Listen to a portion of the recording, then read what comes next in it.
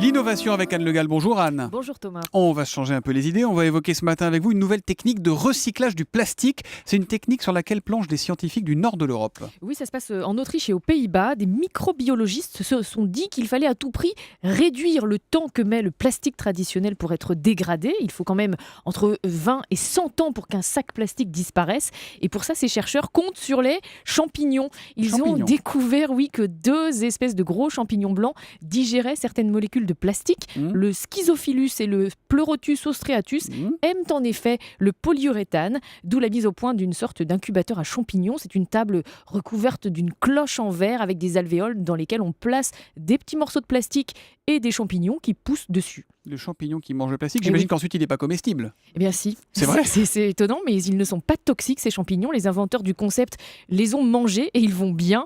Alors franchement, ça ne vaut pas une fricassée de cèpe sur le plan gustatif, mais il paraît quand même que ça a un joli goût d'anis et de réglisse. Eh ben dis donc, ça va pas résoudre malgré tout le problème immense des déchets dans le monde quand même. Non, les déchets de plastique raison. en mer, on appelle ça le 6e continent, je crois. Exactement, c'est vrai, les 280 millions de tonnes de plastique produites chaque année ne vont pas disparaître grâce à ces champignons, parce que même s'ils sont gloutons, ces champignons, ils sont quand même lents à pousser, il leur faut plusieurs mois pour digérer le plastique, mais sur le plan scientifique, c'est quand même une nouvelle porte qui s'ouvre et les microbiologistes ne vont pas s'arrêter là. Ils imaginent déjà améliorer leur cloche à champignons en modifiant la température, l'humidité, éventuellement en faisant des champignons OGM, tout ça pour que la consommation de plastique se fasse plus vite.